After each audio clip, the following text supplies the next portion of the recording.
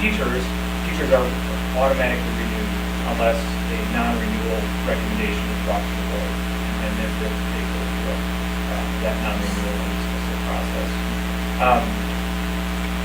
With all other staff, you give consent to renew for renewals. So there's an annual renewal for administrators and other contract employees. So instead of the automatic renewal contracts that they've been using, we go through a one-year contract.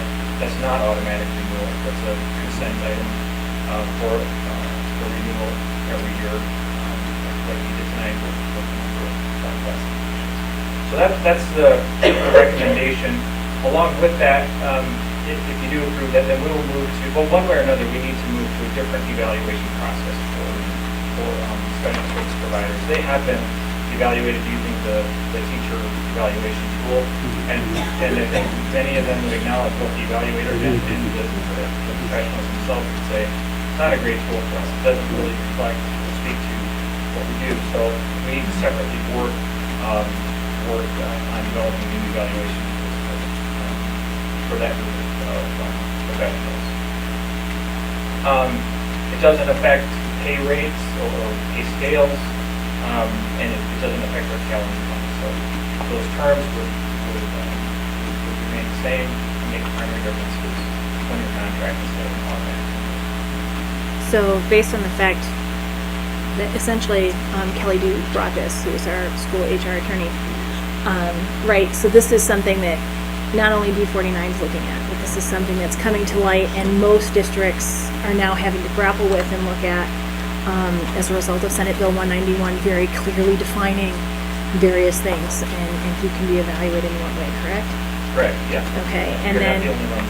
right, this is probably going to be something that is spreading, especially considering Kelly brought it to us and he's someone who works with multiple districts as well on these very specific issues. Question that I had, well, I emailed you a couple, and then another one I had was, are we going to give them some type of a notification date, just like we do with others, that still fits what their application cycle would be for, yes, we're going to offer you a contract next year, or no, we're not? And are we looking at the same kind of notification timeline that we would do as a teacher normally, or on the administrative side of the house where we do it earlier? Yeah, we'll create that formal timeline. We've already met with, Kathleen Jackson and Sally McDermott and I met and invited the special service provider to meetings to let them know that this will be on the agenda, and describe to them what kind of changes we're talking about. So they're already aware that the board is considering it, and then we will build it into the timeline to get us into 13, 14. That the timeline will match whatever is appropriate to their specific field. Because I'm assuming most of them probably, if they were under teacher contracts, would have been under the same notification, usually as teachers, so we could match the same thing. And then one of the questions I had is, they're developing the evaluation tools. Are we going to see a lot of randomization there? So depending on what school or zone or wherever you are, we're going to be completely different? Or are we going to have, okay, this is why I'm asking the question, because these are the rumors that I've heard from people after they attended that meeting. So that's why I'm asking for the clarification, so that we can calm some of those rumors down. Yeah, so are we going to have something that's, okay, if you're a school psychologist, these are the standards we're expecting you to meet. If you're a school counselor, these are the standards we're expecting you to meet. Or is it going to be variable depending on who they're working under at that year? Well, certainly my recommendation is going to be consistency across the district. Okay. And from zone to zone, that the general job description and expectation of a school nurse will be consistent. There may be differences in the scope of how many schools are responsible for, or something in that effect, in that way, but the core functions of what they do, expectations, the evaluation process, I would certainly advocate that the special services department really has oversight of what those evaluation processes look like, and they sort of their evaluator in the school or the zone is still writing the evaluation, but there's consistency in what that tool is and what we're evaluating. Okay. That's my recommendation. Well, yeah. I think well, it's important for consistency across. Yeah, well, and that's my personal opinion too, but I know that that was one of the rumors I heard come out after you all had that meeting was, no, we can, and some people were completely confused because they heard one thing there and then another thing when they went back to their buildings, or, so there was some randomness out there, so I figured if I got some clarity started, maybe we can start to quell some of that.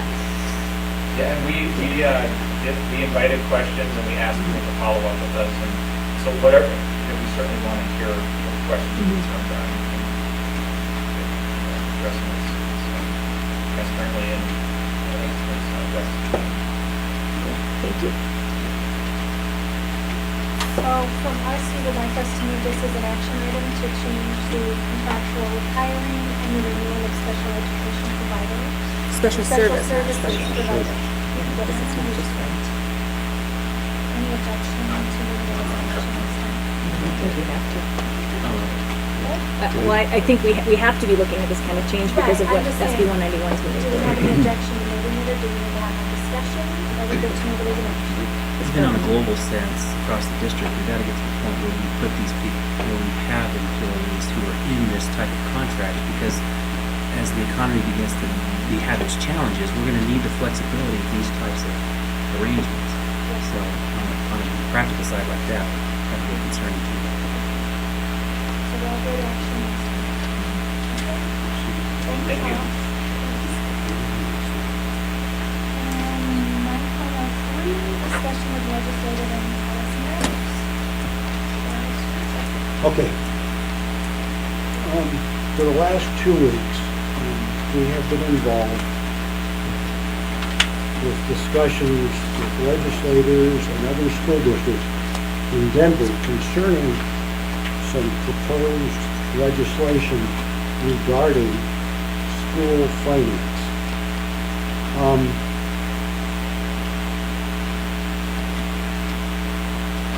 We now have a legislature that is, shall we say, on the blue side, as some of you call them, right?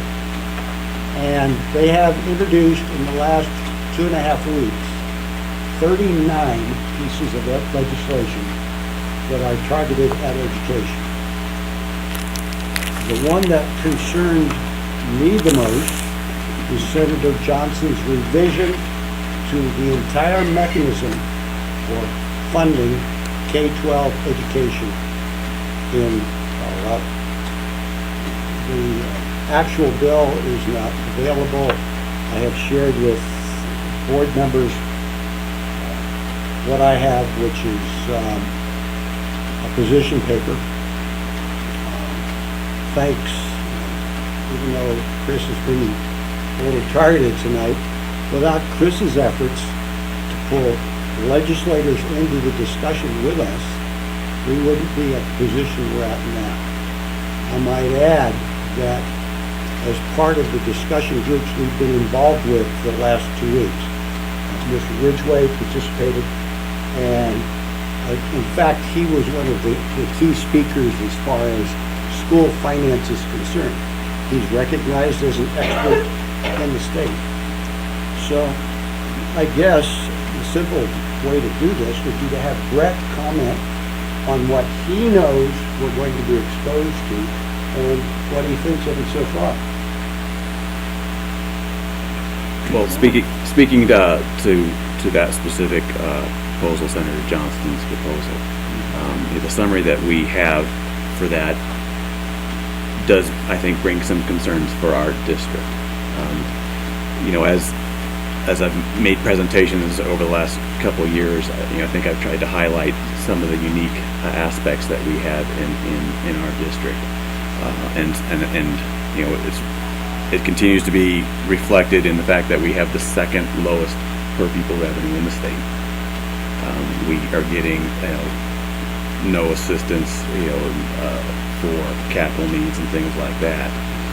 And so the kind of the perfect storm that we have, in terms of how at-risk funding is applied, or rather doesn't apply to us, how special education needs are a concern of ours, how our assessed valuation in our district is a problem for us in terms of generating